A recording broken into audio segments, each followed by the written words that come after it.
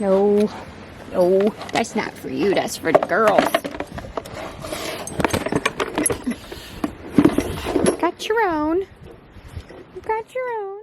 Welcome back to Johnson Branch Farm. I'm over here messing with my girls, Earthy and Maple. They are enjoying some grain. I had not been giving Ruthie grain because she's dry now and I was drying her up. But I'm thinking I'm gonna have to go back to that because she's looking like she just is not getting enough calories from the hay. Some cows can be completely dependent on hay and grass while others genetically need some grain. Fortunately for me, she doesn't require a lot. A scoop a day and it helps maintain her. Her daughter, Maple, is doing great without grain. She probably prefers to have it, but she's okay. She's nice and round. And she's actually a lot smaller. We're not really sure. I was told Maple was a full Jersey, but I'm not really so sure of that. Here she comes! Hi! Hey! I don't have anything in there for you yet. We're not really sure what Maple is. We know, obviously, Jersey. Mom, Ruthie here is full Jersey. But Maple's really tiny. She's on the smaller side, which I love and I'm good with. But, just put that in there so you're not messing with it. Anyway, enough about my girls, yeah. Mama needs a little bit more calories, so we're gonna give her some grain. Anyway, I'm out here today because I need to rig up some sort of system for their minerals, and having it in a bucket where it was at is not working because our little calf, Buck, keeps knocking it down and then the minerals are in the mud. And that's no good. So I have this this feed bucket that I had on my milk stanchion for my goats, and I thought this would work well. It'll be undercover here. Hopefully not become a muddy, sloppy mess when it rains. So I'm going to drill this. Outside of my level of comfort and things that I do, but oh well. And hopefully this will work out good for them and it's in a good spot.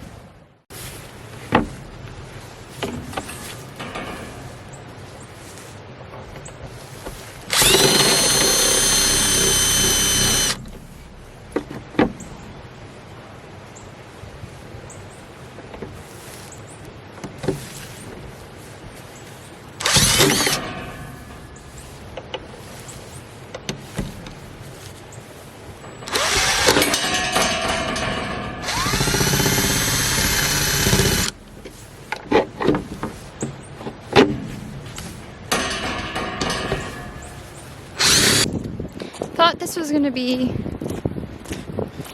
an easy, simple project, but it's not turning out to be that way. Apparently, the screws that I have aren't right. But the company's good. Sure do love this girl. She follows me everywhere when she sees me. Alright, let's try this again. I don't know if this is gonna work. I don't think this is gonna work. I got a screwdriver and some screws, but I think it's working. Look at this pretty little girl. Huh? This pretty little girl. She's about 14 months now. So we're pretty sure she's done growing. She's spunky.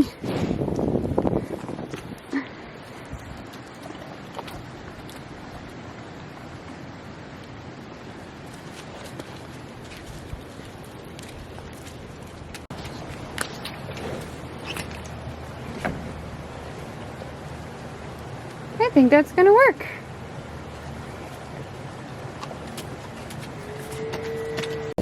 Eventually we're gonna build them like a mineral box that has different compartments for more specific minerals, but in the meantime, that'll do. I don't want to just not have it out there for them. and then they're not getting what they need. Especially since hopefully we're going into breeding them. We're talking about breeding them with a miniature Jersey bull and having those available on the farm for people. Jerseys are, I mean, I'm a little biased, they're my favorite cows, but they can be pretty big and you have to have a lot of room for them. That's not always the case for people, but oh gosh, it's heavier than I thought. What? Goodness.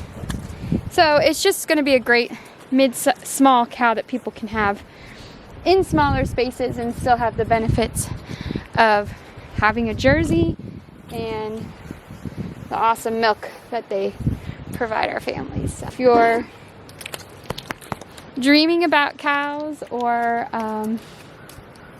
working towards getting cows, or you're on the fence about cows, let me tell you, do it. They have been the best addition. I, for years, wanted goats, and I love my goats. That was, man, so awesome.